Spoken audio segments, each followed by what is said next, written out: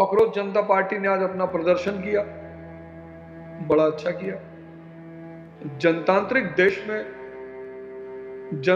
देश में प्रदर्शन, अनशन, प्रोटेस्ट होना चाहिए। भाई नेताओं को कैसे पता चलेगा कि उनकी जनता दुखी है, उनका राजा दुखी है? पर हां, अहिंसा और सत्याग्रह सिद्धांत यही होना चाहिए। देश में किसी भी प्रकार का नुकसान नहीं होना चाहिए, किसी भी प्रकार का तनाव नहीं होना चाहिए, अराजकता नहीं होनी चाहिए, बिल्कुल नहीं होनी चाहिए।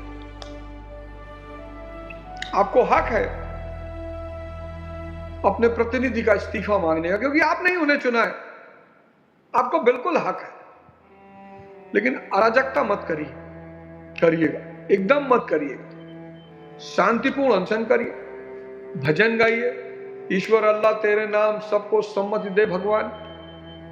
और अगर आप ऐसा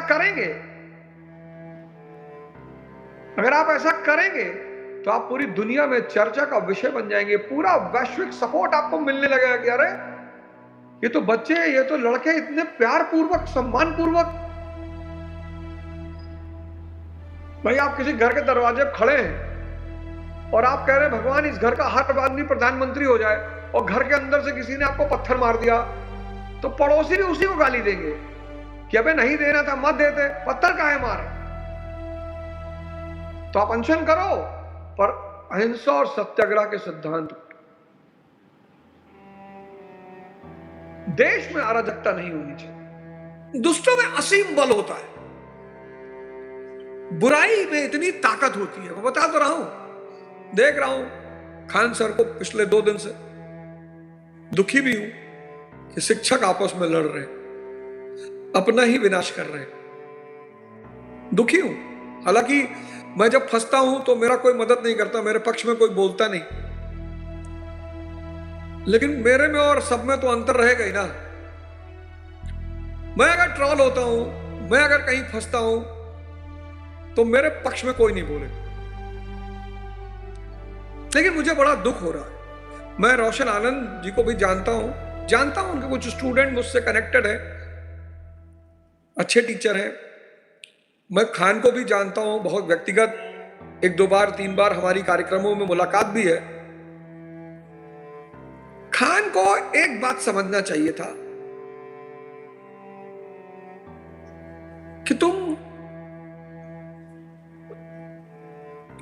ना तो गांधी फैमिली से हो, ना मुगल फैमिली से हो, ना यादव फैमिली से हो, ना अब्दुल्ला फैमिली से हो, ना करुणानिधि के फैमिली से हो। तुम सामान्य फैमिली से हो। जैसे ये सारी फैमिलियां तुमको चमकते हुए देखेंगी, उनको डर पैदा हो जाएगा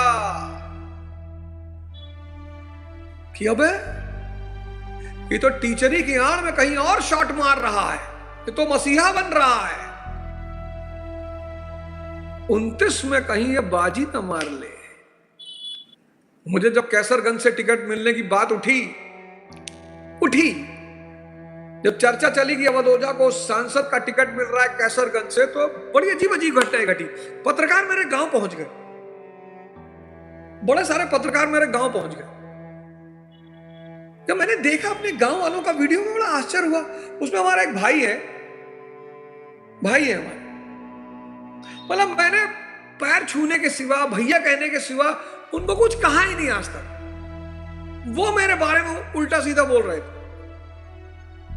वो मेरे भतीजे और भाई,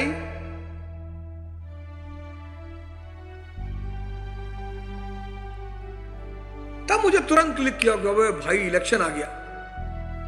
अपने दुश्मन को मारने से पहले उसको बदनाम कर दो, जैसे अमेरिका ने किया सद्दाम हुसैन को बदनाम। ये नियम है। जैसे रजिया सुल्तान को बदनाम किया गया, अबे इसका तो हफ्सी से अफेयर चल रहा है। भाई अंजना दीदी ने ऐसे ही थोड़ी कहा था। अंजना दीदी कह रही है, अंजना दीदी कोई मामूली स्त्री नहीं है, आज तक पे है। अंजना दीदी कह रही है, तो अंजना दीदी को कहीं ना कहीं से इंस्ट्रक्शन जरूर मिला है।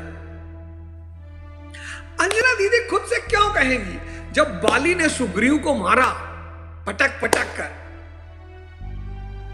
जब बाली ने सुग्रीव को मारा पटक पटक कर, बाली भाग के आए तो रामचंद्र जी से कहे कि भैया हम तो मर जाते, तुम क्या कर रहे थे? कहे यार तुम दोनों भाई की शक्ल एक जैसी, मैं कंफ्यूज हो गया। भगवान ने कहा फिर से जाओ। सुग्रीव ने कहा बाहर में जाए, दोबारा जाए मार डालेगा। अरे बोले कोई बात नहीं, हम तुम्हारा दर्द बस सब दूर कर दे, तुम जाओ। तो भगवान ने सुग्रीव के शरीर पे हाथ फेरा, कहा जाओ, तुमको एक माला पहना रहा है, जाओ, कोई दिक्कत नहीं, जाओ हम देख लेंगे, जाओ। तो सुग्रीव जब दोबारा पहुंचा बाली को ललकारने के लिए, तो जो बाली की पत्नी है तारा, उसने बाली को समझाया, कहा अभी मार के भेजे हो, अभी। ये फिर दोबारा इसकी औकात है, दोबारा कैसे आ गया? पर जब नाश मनुष्य पे छाता है, पहले विवेक मर जाता है।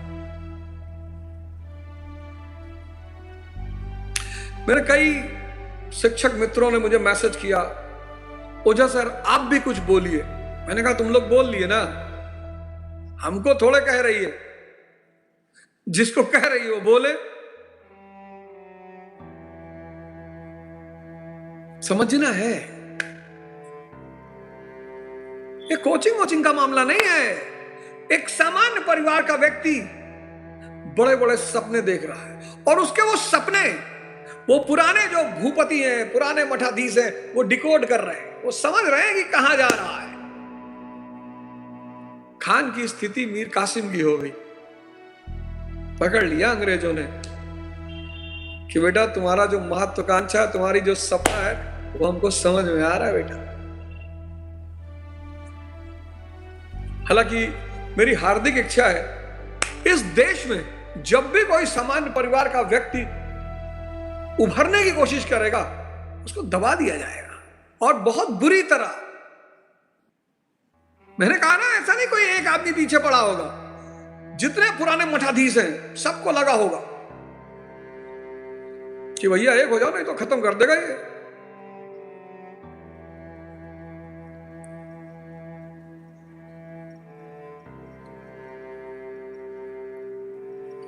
क्योंकि जब आप बोलते हो, कोई काम करते हो, तो आपकी भविष्य की प्लानिंग दिखाई पड़ने लगती है। बहुत संभल के रहना पड़ता है, बहुत होशियारी से। हर आदमी नरेंद्र मोदी थोड़ी है। खान ने नरेंद्र मोदी से कुछ नहीं सीखा। नरेंद्र मोदी एक ऐसे आदमी है जिन्होंने प्रधानमंत्री बनने से पहले तक कभी कहा ही नहीं कि मुझे प्रधानमंत्री बनना है, कहा ही नहीं। 2014 का लोकसभा का चुनाव ही नहीं लड़ा, बिना लड़े उस आदमी ने प्रधानमंत्री की शपथ ले ली। उस आदमी ने कभी डिक्लेयर ही नहीं किया कि मैं क्या करना चाहता हूं।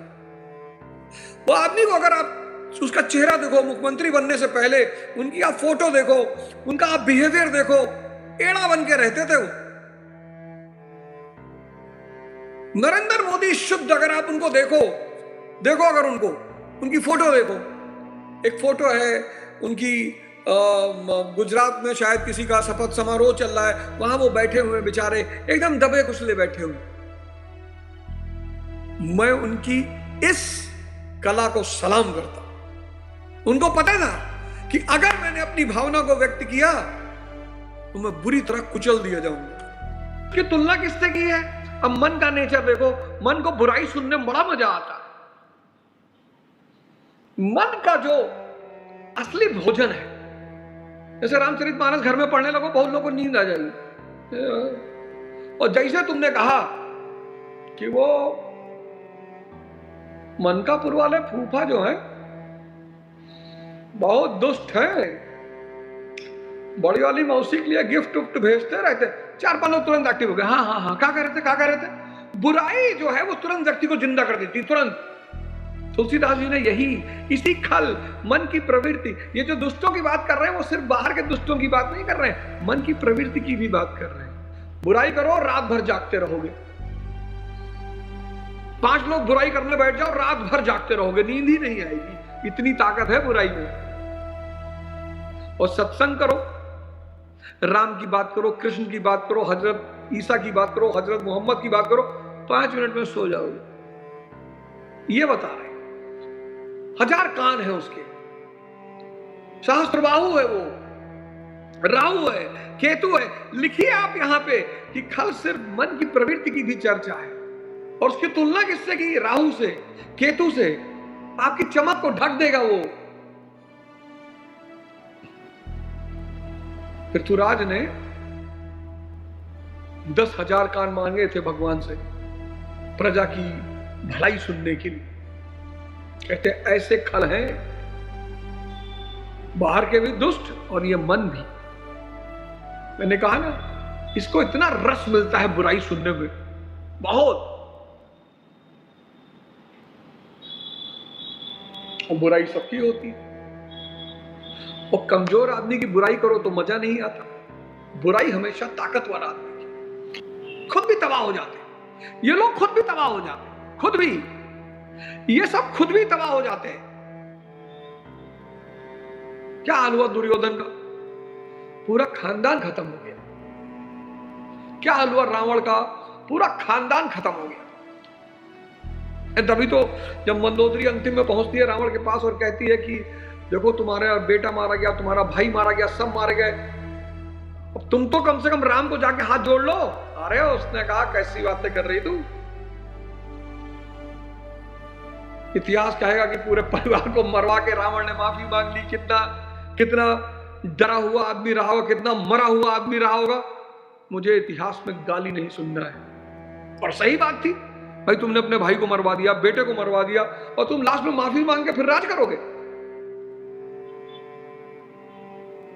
और ज्ञान जब पैदा होगा तो काम खत्म हो जाएगा। ज्ञान जब पैदा होगा क्रोध खत्म हो जाएगा। ज्ञान जब पैदा होगा मोह खत्म हो जाएगा। ज्ञान के सामने ये सब, ये जो ग्रंथ है ना, राम कौन है? ज्ञान है, चेतना। चेतना अपने आप में, न गुरुओ न शिष्यम न बंधु न मित्रम चिदानंद स्वरूपा शिवोहम शिवोहम। वो खुद इतना आनंद है कि काम की कोई औकात ही नहीं है ज्ञान के सामने। तुम सिर्फ परेशानी इसलिए हो कि तुम मन पे जी रहे हो। तो पहले चरण में मन को समझना है कि मन के 4 फीचर है, ये 4 मुझे डुबो देंगे। बिटिया पानी देना एक गिलास। मन के 4 फीचर, अगर मन के सहारे चलोगे तो मार डालेगा, तुम्हारा जीवन तबाह कर देगा। तुमको सिगरेट पिलवा के पता क्या कहेगा? कि तुम मॉडर्न हो। तुमको सिगरेट पिलवा के कहेगा कि तुम हवे मॉडर्न हो। तुमको सिगरेट पिलवा के कहेगा कि तुम मॉडर्न। अंदाज बेअंदाज में खड़ा होकर एकदम अपन वाला स्टाइल आएगा सिगरेट उगरेट ले।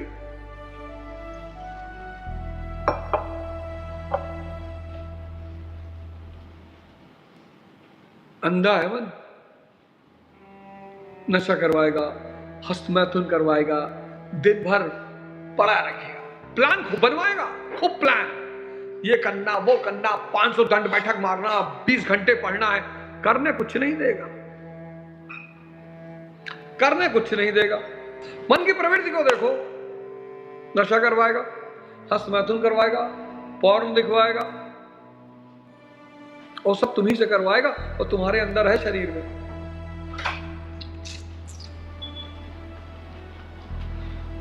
और तुम्हारे अंदर है शरीर में, तुम्हारा ही शरीर का हिस्सा है। जब तुम्हारे ही शरीर का हिस्सा तुम्हें बर्बाद करना चाहता है तो तुमको बना कौन पाएगा? जरा बस यही सवाल का जवाब दे दो। जब तुम्हारे ही शरीर का अंग, तुम्हारा मन, डायरी में लिखो इस बात को कि मेरे ही शरीर का अंग है मेरा मन, और मुझसे नशा करवा रहा है, हस्तमैथुन करवा रहा है, पॉर्न दिखवा रहा है, ब्लू फिल्म,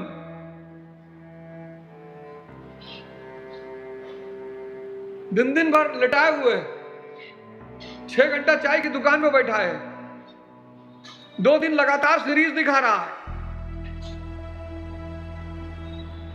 4-4 घंटा स्क्रॉलिंग करा रहा है। अगर ये सब करा रहा है तुम्हारा ही मन, तुम्हारे ही शरीर का हिस्सा, तो ये बताओ हमको, तुमको कौन माई का लाल बना देगा? कोई बना पाएगा? कोई नहीं बना पाएगा, कोई नहीं बना पाएगा। तो तपस्या करके इस मन को तोड़ना पड़ेगा। कैसे?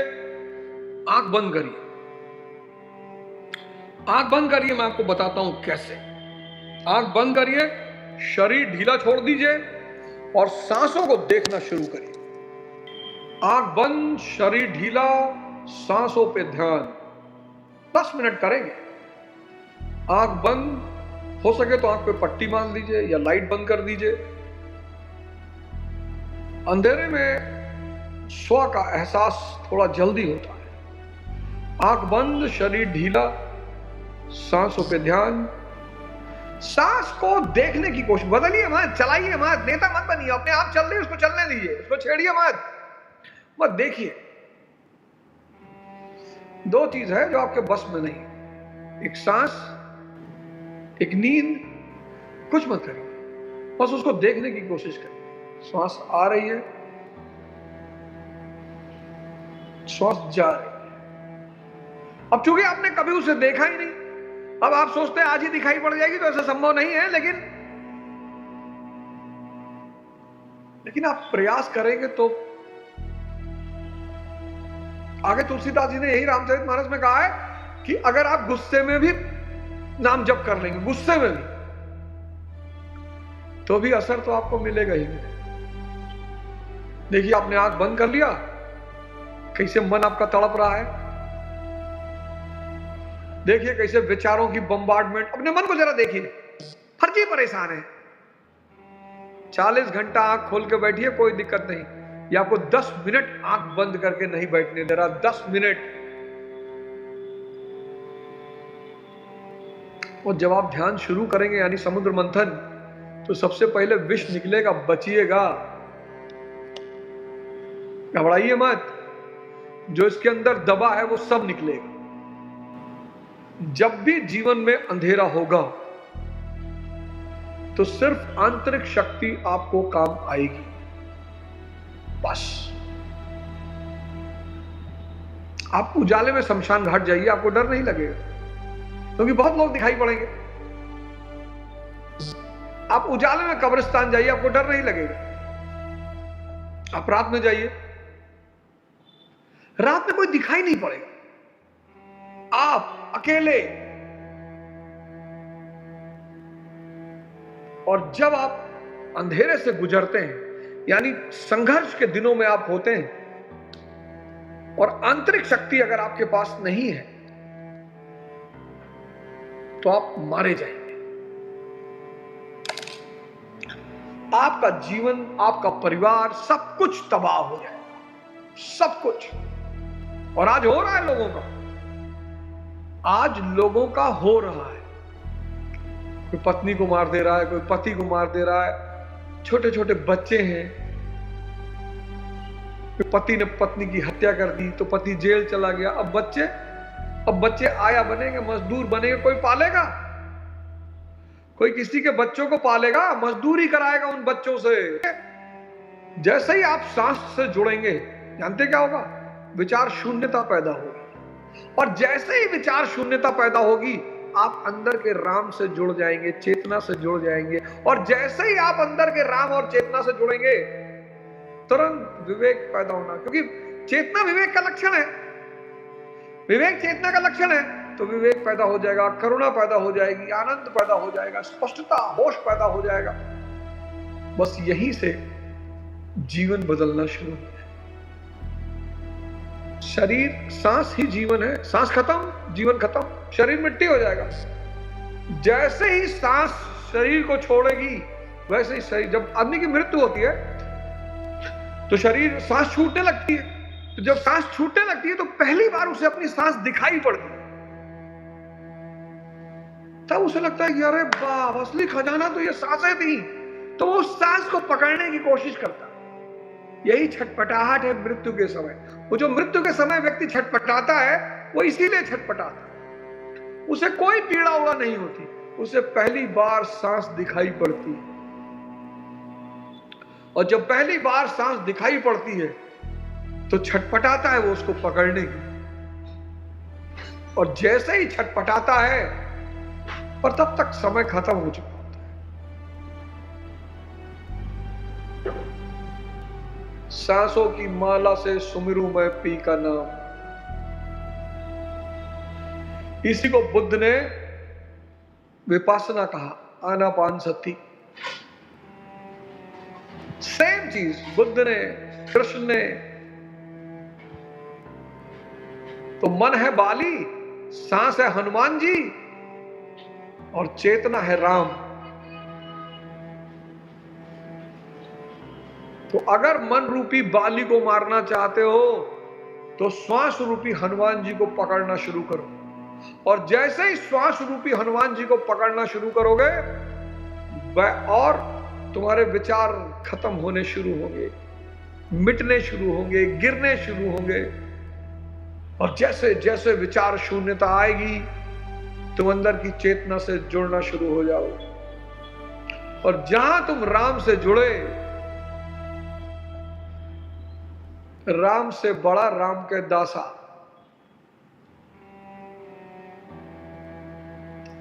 तुम्हारा पूरा जीवन बदलना शुरू हो जाए। बाली, मन, श्वास, हनुमान, चेतना, राम, बहुत बड़ा मैकेनिज्म है, समझिएगा इसको। बाली को आप अकेले ना मार पाओगे।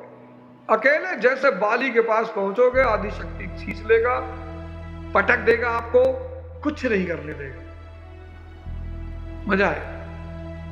खुश रहिए, मस्त रहिए, दूसरों को अच्छी दिशा दिखाइए, सबका कल्याण सोचिए, यकीन मानिए आपका कल्याण होने लगे। जय हिंद, जय भारत।